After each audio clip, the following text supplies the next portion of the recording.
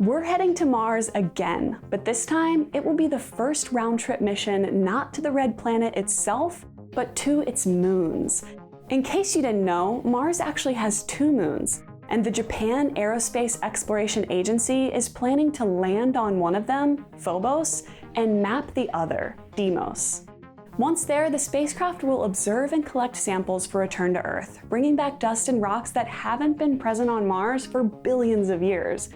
The information held within the surface material could potentially help us understand the formation of the red planet and its moons, and by extension, the formation of our solar system.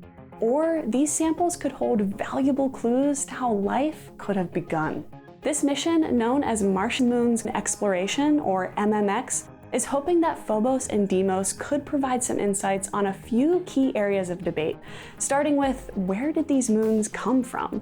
The first theory is that the moons are leftover fragments from a giant impact Mars experienced during its formation. If this is true, the moons could reveal rare clues about Mars's early environment. The second theory is that these moons are captured asteroids, pulled into Mars's orbit separately after it formed. If this is true, the samples brought back could not only determine the moon's origin, but also clarify how volatile substances, such as water, are brought to planets, making them habitable. Regardless of where the moons came from, they're expected to have accumulated at least 1 billion years worth of ejected material from the Martian surface. This is just another valuable source of data that researchers can dive into. So it's really a win-win scenario. No matter what the samples tell us, we will finally have some answers. With so much at stake and other countries failing to make it to the moons, how has JAXA prepared? Well, this isn't their first space rodeo. MMX will actually be the agency's 3rd sample return mission. In 2003, they sent Hayabusa to collect samples from the small asteroid Itokawa, successfully returning in 2010. And in 2014, they sent Hayabusa 2 to the asteroid Yugo.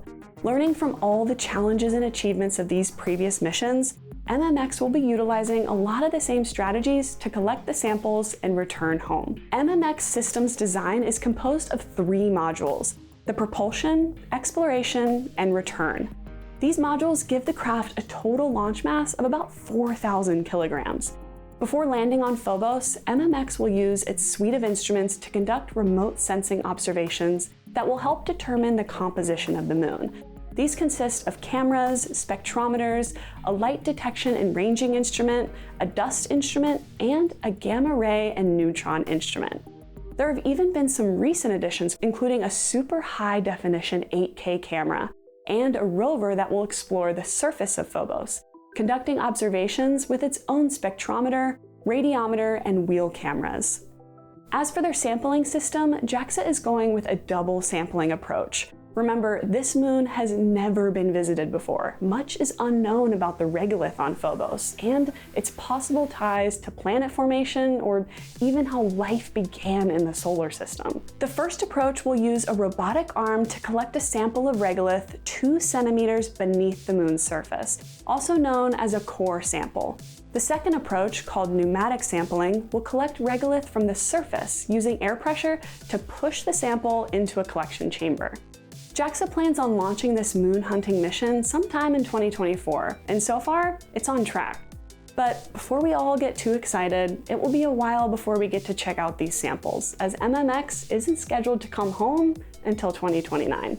However, it will be worth the wait for this potentially groundbreaking data, as it could reveal how our solar system formed, and maybe even how life started on our planet.